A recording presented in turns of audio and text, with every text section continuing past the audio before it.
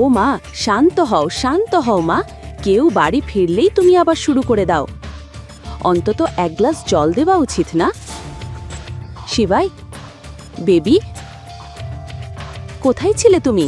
জানো, গত রাত থেকে আমি তোমাকে কতটা মিস করেছি। কোথায় ছিলে? কি হলো নন্দিনী, কোনো কাজ ছিল? শিবাই, আমি তোমার স্ত্রী, শুধু কাজের জন্যই কি তোমাকে মিস করব? এমনি এমনি মিস করতে পারি না নাকি? আজ নন্দিনীর আচরণ শিবায়ের মাথায় ঢুকছিল না। যে মেয়ে বিয়ের 3 বছর পরেও তাকে নিজের ঘরে ঢুকতে দেয়নি, সেই আজ শিবায়ের কাঁধে মাথা রেখে তার খোঁজ খবর নিচ্ছিল। শিবাই, মনে আছে কাল আমাদের অ্যানিভার্সারি? অবশ্যই মনে আছে নন্দিনী, এই দিনটা আমি সারা বছর অপেক্ষা করি, কিভাবে ভুলবো। আর কাল তোমার জন্য একটা সারপ্রাইজও প্ল্যান করেছি। তুমি কত মিষ্টি শিবাই। ঠিক আছে, যদি আমি আমাদের অ্যানিভার্সারিতে একটা গিফট চাই, তুমি দেবে? গিফট নন্দিনী, তুমি যদি আমার জীবনও চাও তাও দিয়ে দেব। আরে মজনুর বংশধর, জীবন দিতে হবে না, আমার মেয়ের চাওয়া গিফটটাই দে। মম, তুমি আমাদের মধ্যে কথা বলছো কেন? 1 মিনিট বেবি। এটা বলেই নন্দিনী কাগজগুলো শিবায়ের সামনে রাখল এবং সাইন করতে বলল। এগুলো সাইন করতে হবে। এগুলো কি পেপারস নন্দিনী?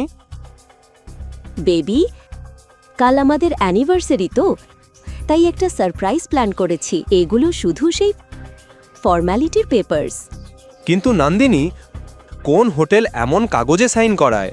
তুমি আমাকে বিশ্বাস করো না, তাই তো? ঠিক আছে, পড়ে নাও। না না, আমি সে কথা বলতে চাইনি নন্দিনী, আমি তোমাকে পুরোপুরি বিশ্বাস করি, নিশ্চয়ই তুমি পড়েই এনেছো। আমি তো শুধু জাস্ট জিজ্ঞেস করছিলাম। তাহলে সাইন করো।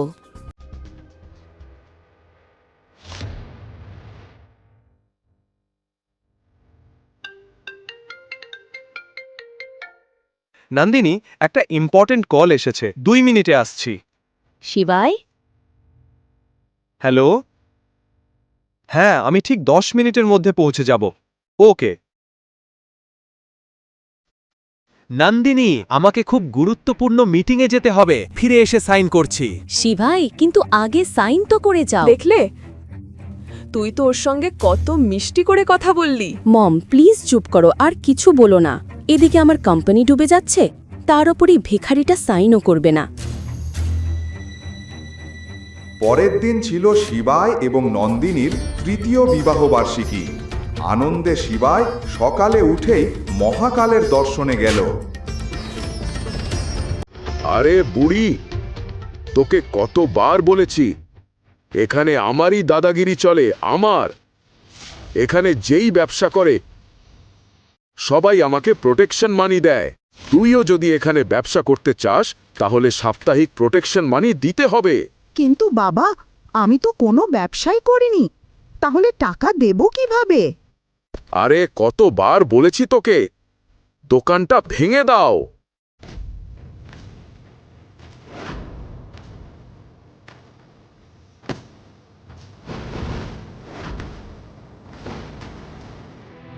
মহাকালের শহরে একটাই রাজা, মহাকাল নিজে। তোমার দাদাগিরি এখানে চলবে না। সরিয়ে পড়, না হলে বুড়িটার মতো তোকেও মেরে ফেলবো। কুকুরের মতো মরবি। কুকুরের মতো মৃত্যু তাদের জন্য যারা চণ্ডালের কাজ করে, আর যে মহাকালের ভক্ত তাকে মৃত্যু ছুঁতেও পারে না। এই চল হে।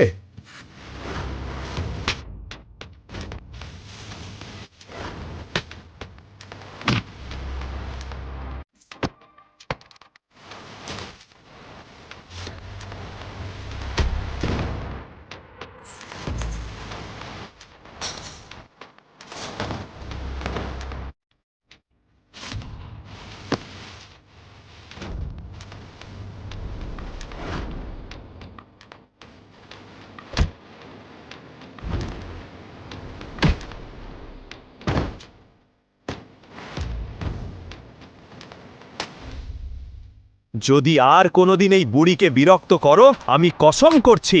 না না ভাই ভাই ভাই ভাই, আমাদের মাফ করে দিন, মাফ করে দিন। বেরিয়ে যাও।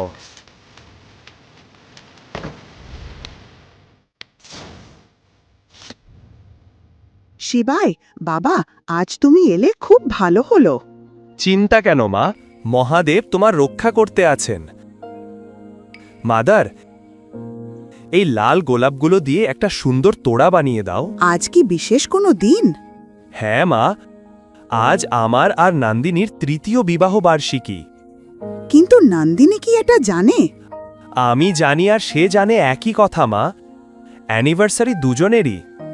প্রেম যদি একতরফা হয় তা বেশি দিন টেকে না বাবা।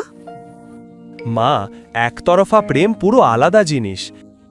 তুমি যদি অন্য কারো জগতে শুধু সামান্য অংশও হও, সেই মানুষটাই তোমার পুরো দুনিয়া হয়ে যায়। যদি মহাদেব চান, নন্দিনী তোমাকে ঠিক তোমার মতো করেই ভালোবাসবে। বাকি গল্প জানতে দেখুন পরের এপিসোড শুধুমাত্র পকেট এফএম-এর ইউটিউব চ্যানেলে।